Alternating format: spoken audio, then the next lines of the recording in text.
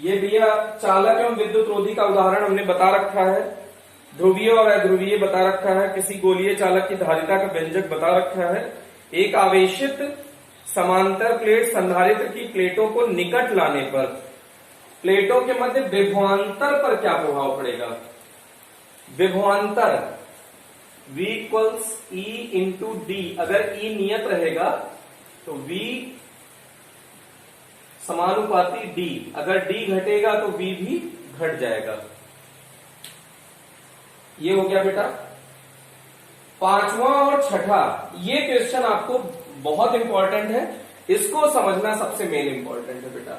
तो ये क्वेश्चन समझने के लिए आपको फिर से समझना पड़ेगा। दो स्थितियां हैं, पहले इसकी थ्योरी समझ लीजिए, थ्योरी समझने के बाद न्यूमेरिकल आपसे एक लाइन में लग जाएगा, मतलब देखते ही लग जाएगा। तो दो स्थितियां होती हैं, दोनों स्थितियों को हम लोग डिस्कस करने जा रहे हैं। ये केस फर्स्ट है बेटा, और इधर डिस्कशन करने जा रहे हैं केस सेकंड का।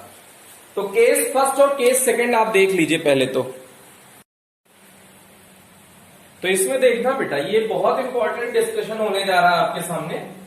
यहां पे समझने की कोशिश करिएगा। दो केस है, सबसे पहले संधारित्र को आवेशित किया, फिर उसके बाद संभरण लिखा होता है, तो इसमें संभरण सुन के कंफ्यूज हो जाते हैं आप।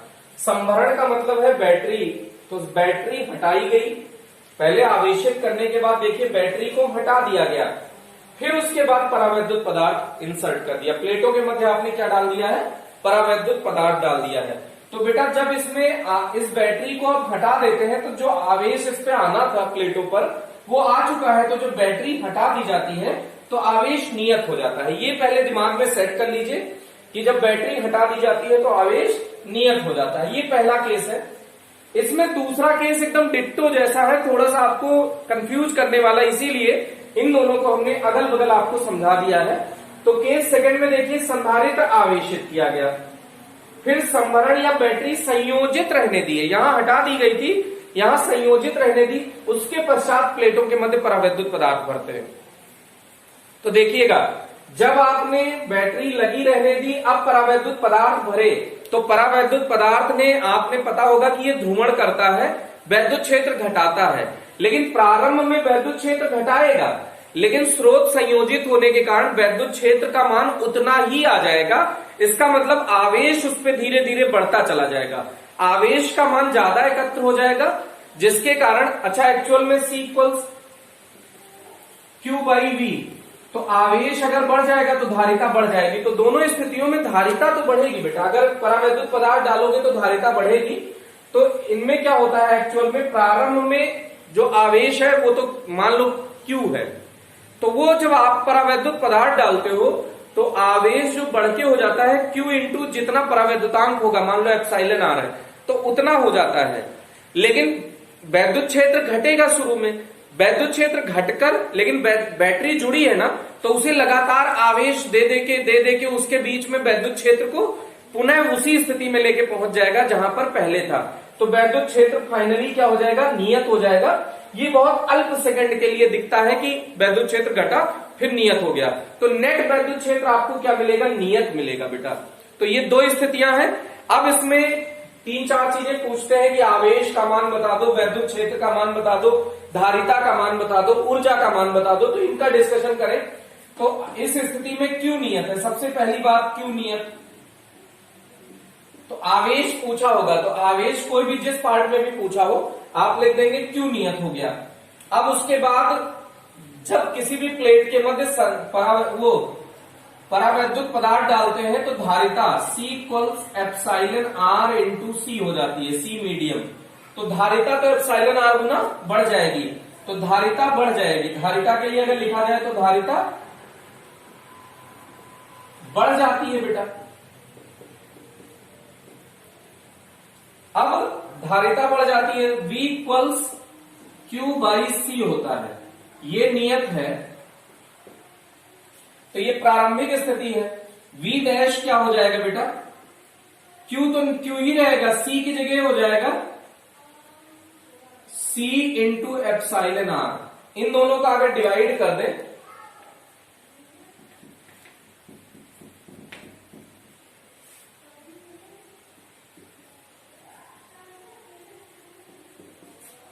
तो इन दोनों को अगर डिवाइड कर दें आप तो आपको ये पता चल जाएगा v डैश अपॉन v कर दीजिए।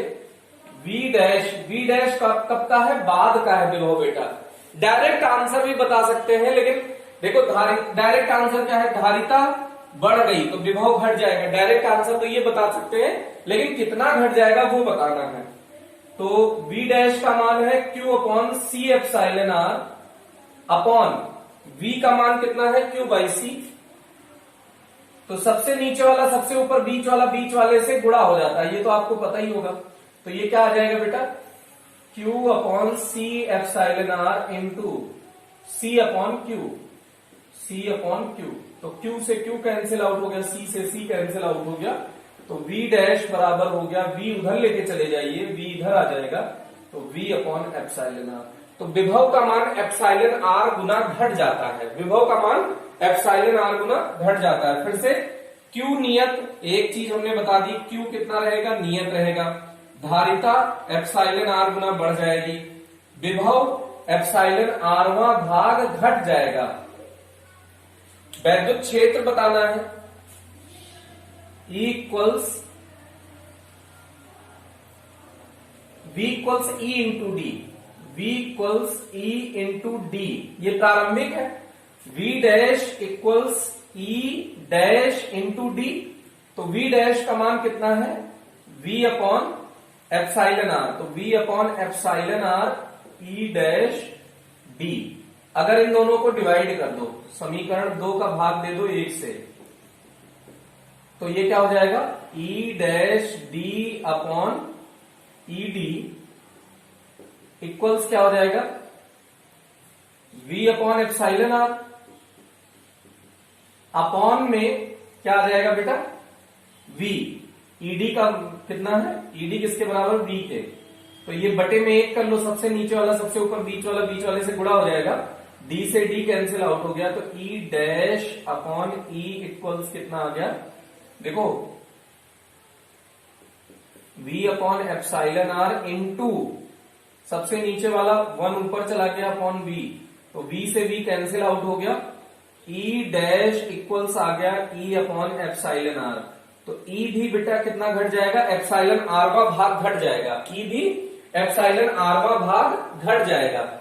तो उसके पश्चात एक और चीज पूछी जा सकती है, ऊर्जा। तो U प्रारंभिक, बेटा जगह की कमी के कारण इधर लिखा जा रहा है, तो उसको आप देख लीजिएगा। ऊर्जा के बारे में अगर हम लोग बात करें तो U प्रारंभिक है Q स्क्वायर बाई 2C। ये हम Q के फॉर्म में क्यों लिख रहे हैं बेटा, इसलिए लिख रहे हैं क्योंकि Q नियत है, तो इसमें आसान होगा बताना। U डैश क्या हो जाएगा, Q स्क्वायर तो रहेगा, C कितना बढ़ गया है, C इंटू एप्सिलॉन r बढ़ गया है, तो U डैश अपॉन U कर दीजिए, तो Q square upon 2C epsilon r बटे में ये होगा, तो सबसे नीचे वाला पलट के ऊपर चला जाएगा, Q 2C ऊपर चला जाएगा अपॉन Q स्क्वायर। तो Q स्क्वायर से Q स्क्वायर और 2C से 2C कैंसिल आउट हो गया, तो U डैश कितना हो जाएगा बेटा, U अपॉन एप्सिलॉन r। तो ऊर्जा भी एप्सिलॉन rवां भाग हो जाएगी, ऊर्जा भी कितनी हो जाएगी बेटा, एप्सिलॉन rवां भाग हो जाएगी।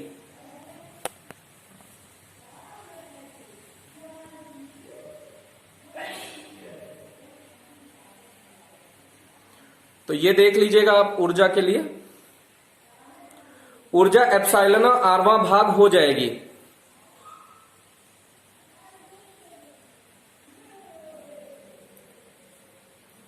तो यहां पे थोड़ा सा ये देख नहीं आया, तो इसको हम लोग ऐसे कर देते हैं, U डैश थोड़ा पास लिख देते हैं, U अपॉन एप्सिलॉन r। तो ये हो गया आपका ऊर्जा, सब सारे पोर्शन इसका कंप्लीट हो गया बेटा। अब इधर देख लीजिए, वैद्युत क्षेत्र नियत है, तो वैद्युत क्षेत्र अगर नियत है तो इसके बाद का डिस्कशन करा जा रहा है कि E नियत है तो V equals E into D. अगर E नियत है, D नियत है, तो V भी क्या हो जाएगा, ये पूरा नियत ही तो है, तो V भी क्या हो जाएगा, नियत। तो दो आंसर तो आपको तुरंत ही मिल गया, E नियत है, V नियत है। अब आपको C equals C medium equal C into epsilon r हो जाएगा बेटा। तो एप्सिलॉन r गुना धारिता, तो एप्सिलॉन r गुना बढ़ जाएगी, फिर उसके बाद परावैद्युत पदार्थ की उपस्थिति में धारिता बढ़ जाती है। फिर आपको क्या पता करना है, विभव पता चल गया, आवेश पता कर लीजिए। Q इक्वल CV, V नियत है तो Q डैश इक्वल्स क्या हो जाएगा, C कितना हो जाएगा, एप्सिलॉन R इंटू C, और V को V ही रहने दीजिए। अब दोनों को डिवाइड कर दीजिए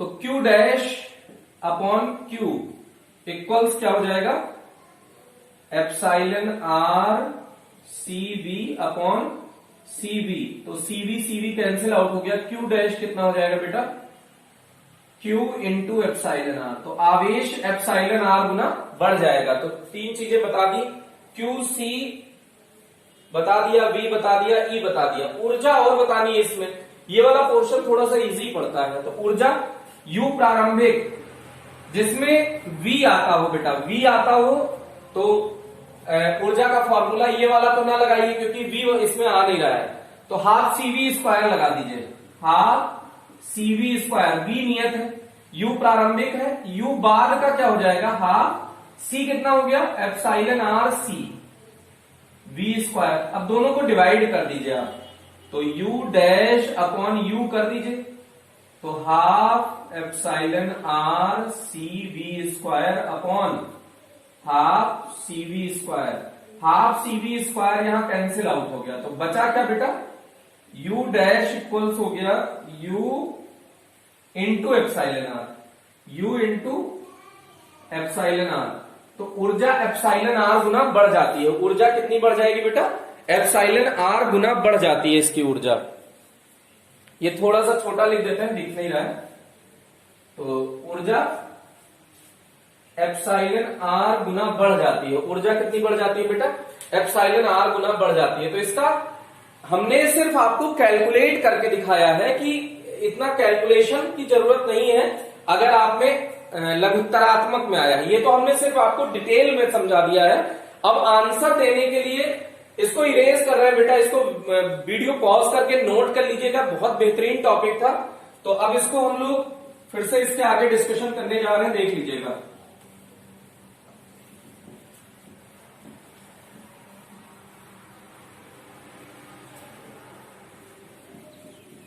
अब एक एक लाइन में इसको हम आंसर देना आपको सिखा देते हैं, देखिएगा। अब इसका आंसर हमने, अब नेक्स्ट क्वेश्चन इसी को फिफ्थ और सिक्स्थ आपको सुना रहे हैं। एक समांतर प्लेट संधारित्र एक स्रोत बैटरी से विभवांतर तक आवेशित किया गया है। प्लेटों के मध्य वायु है। संधारित्र को बैटरी से अलग किए बिना वायु के स्थान पर एप्सिलॉन R परावैद्युत पदार्थ का माध्यम लिया जाता है। बैटरी से अलग किए बिना, ये वाला केस है बेटा।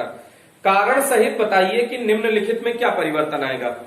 पहले विभवांतर वैद्युत क्षेत्र से शुरू कर लीजिए। ई नियत तो V equals E into D. D में कोई परिवर्तन नहीं कर रहे हो तो V नियत। तो V और E पता चल गया बेटा। इसमें फिर पूछ रहा है पहला विभवांतर, प्लेटों के मध्य वैद्युत क्षेत्र, देखिए वैद्युत क्षेत्र भी पता चल गया। फिर धारिता, धारिता तो C इक्वल्स एप्सिलॉन R गुना हो जाएगी C। ये ध्यान दीजिएगा, C मीडियम हमेशा एप्सिलॉन R गुना बढ़ जाता है परावैद्युत पदार्थ के कारण। फिर उसके बाद पूछ रहा है आवेश। आवेश हो गया Q इक्वल CV। V नियत है, C अगर बढ़ गया तो आवेश भी बढ़ जाएगा ना बेटा। डायरेक्ट वाला आंसर देने का तरीका बता रहे हैं। ऊर्जा, ऊर्जा U equals half CV square में V नियत है, तो अगर C बढ़ रहा है तो ऊर्जा भी बढ़ जाएगी। अगर डायरेक्ट आपको आंसर ही लिखना है तो ये तरीका था पहले का। दूसरा, एक समांतर प्लेट वायु संधारित्र को एक वैद्युत संभरण से जुड़ा है। वैद्युत संभरण का मतलब बैटरी से जुड़ा है तथा V0 विभवांतर तक आवेशित किया गया है। इसको विद्युत संभरण से अलग करके प्लेटों के मध्य परावैद्युत पदार्थ भर दिया जाता है। कारण सहित बताइए कि निम्न में क्या परिवर्तन होगा। तो पहला है आवेश। अब ये पहला वाला पोर्शन था, अगर वैद्युत संभरण हटा दिया गया तो आवेश क्या हो जाएगा बेटा, नियत हो जाएगा। इसका भी देखिए एक ही लाइन में आंसर आ जाएगा। Q तो नियत हो जाएगा, Q नियत हो गया। अब उसके बाद पूछ रहा है विभवांतर, तो C निकाल लीजिए। C तो एप्सिलॉन R गुना हो जाएगा C मीडियम। विभवांतर V equals Q by C, तो अगर Q नियत है, C बढ़ गया तो विभव घट जाएगा। ये हो गया बेटा। धारिता बढ़ गई, वैद्युत क्षेत्र V equals E into D, V equals E into D. विभवांतर घटा है तो वैद्युत क्षेत्र भी घट जाएगा। फिर उसके बाद ऊर्जा U equals Q square by 2C, C बढ़ गया है तो ऊर्जा घट जाएगी। तो ये डायरेक्ट आंसर देने का तरीका है। पहले हमने लॉजिक सहित आपको समझा दिया है, फिर डायरेक्ट देखिए दो दो लाइन में आंसर बता दिया है। तो इस तरह से आप इसको समझ लीजिएगा। ये बहुत इंपॉर्टेंट क्वेश्चन है, बोर्ड के लिए बहुत इंपॉर्टेंट है बेटा, आईआईटी के लिए बहुत इंपॉर्टेंट है। तो इस क्वेश्चन को वेरी वेरी इंपॉर्टेंट आप जरूर लिख लें, ये बहुत इंपॉर्टेंट है, एग्जाम्स में पूछा जाता है। तो इसके बाद हम लोग डिस्कशन करने जा रहे हैं नेक्स्ट क्वेश्चन। ये 5 और 6 एक जैसे थे, शायद इसके बाद बहुत कम क्वेश्चन का डिस्कशन करना पड़ेगा, क्योंकि लगभग सारा डिस्कशन हमने कर रखा है। तो इसके बाद देखिएगा क्या कह रहा है। आवेशित संधारित्र में संचित ऊर्जा का सूत्र हमने व्युत्पन्न करा रखा है। सी धारिता के 3 संधारित्र एक बार श्रेणी क्रम में तथा दूसरी बार समांतर क्रम में संयोजित किए जाते हैं। तुल्य धारिता का अनुपात क्या होगा? पहले श्रेणी क्रम में जोड़ दो। सी series 1/C plus 1/C plus 1/C, तो ये हो गया 3/C। तो सी सीरीज हो गया C/3। सी धारिता ही तो पूछ रहा है, बिल्कुल। अब इनको पैरेलल में जोड़ दो। Cp equal C plus C plus C, 3C हो गया बेटा। CS अपॉन Cp पूछा है, तो CS कितना है? C/3। Cp कितना है? 3C/1 कर लीजिए। तो C/3 इंटू 1/3C, ये कैंसिल आउट हो गया, 1/9 आ गया। तो CS अपॉन Cp की वैल्यू आपको, अगर आपको इन्होंने पूछा है एक बार श्रेणी क्रम में तथा दूसरी बार समांतर क्रम में, तो श्रेणी अपॉन समांतर का अगर आंसर लिख रहे हैं तो 1/9, और समांतर अपॉन श्रेणी का आंसर लिखेंगे तो 9 हो जाएगा। ये हो गया बेटा। फिर उसके बाद 9वां क्वेश्चन देखिएगा। समान धारिता के n संधारित्र को श्रेणी क्रम में संयोजित करने पर तुल्य धारिता CS है तथा समांतर क्रम में संयोजित करने पर तुल्य धारिता Cp है। समान धारिता के n संधारित्र को, अगर इसी को हम लोग n संधारित्र ले लें, सेम यही क्वेश्चन है, ऐसे कह सकते हो, n संधारित्र है, तो इसी को plus dot dot dot n times हो गया, तो ये क्या हो जाएगा? जोड़ो तो ये इसी को लिख सकते हो 1/CS इक्वल्स n/C, तो CS इक्वल्स पलट दो C/n हो गया। अगर इनको समांतर क्रम में संयोजित कर रहे हो तो plus dot dot dot C, तो ये क्या हो जाएगा बेटा? NC। तो ये क्या हो गया? NC। अब इन्होंने किसका अनुपात पूछा है? Cp/CS, तो Cp/CS, Cp कितना है? NC, CS कितना है? C/n।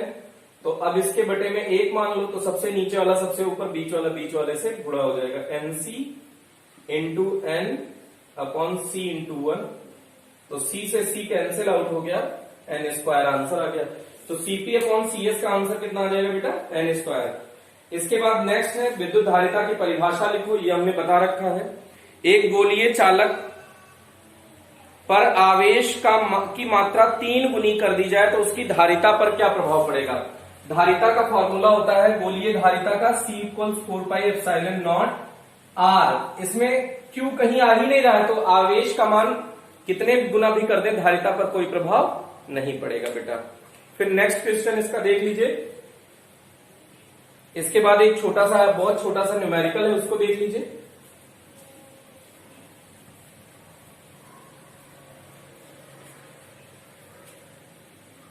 छोटा सा न्यूमेरिकल, उसको देखिए। 2 माइक्रोफैरड धारिता वाले वायु संधारित्र, जब ये वायु में है तो C 2 माइक्रोफैरड है। वायु संधारित्र की प्लेटों के मध्य अभ्रक रखने पर उसकी धारिता 5 माइक्रोफैरड हो जाती है। सी मीडियम इक्वल्स 5 माइक्रोफैरड हो जाती है जब अभ्रक रख दिया जाता है। अभ्रक का परावैद्युतांक ज्ञात कीजिए। तो इसका फॉर्मूला क्या है, C medium equal C into epsilon R. C medium कितना है 5, सी कितना है 2, एप्सिलॉन आर। तो एप्सिलॉन आर इक्वल्स 5/2, 2.5 आंसर है इसका। इसके बाद नेक्स्ट क्वेश्चन देखिए, ये वाला दो आवेशित चालक गोले जिनकी त्रिज्या R1 R2, धारिता C1 C2, विभव आवेश Q1 Q2, विभव V1 V2 है, V1 ग्रेटर देन V2 है, नगण्य धारिता वाले चालक तार से जोड़ दिया है। तो सिद्ध कीजिए delta V1 upon delta V2 equal C2 upon C1। तो इसका हमने डिस्कशन कर रखा है बेटा। ये थ्योरी वाला लास्ट वीडियो देखेंगे, उसमें जो थोड़ी सी बड़ी वीडियो है 1 घंटे 15 मिनट की, उसमें ये लास्ट डेरिवेशन यही है। फिर उसके बाद तीनों न्यूमेरिकल जो तीनों प्रॉब्लम है वो भी हमने डिस्कस कर रखा है। तो इस तरह से ये चैप्टर खत्म होता है बेटा। इस चैप्टर में किसी भी डाउट के लिए आप कमेंट सेक्शन में जरूर बताएं। फिर इसके बाद हम लोग नेक्स्ट 5th चैप्टर का डिस्कशन नेक्स्ट लेक्चर से करेंगे। आज के लिए इतना ही, थैंक यू।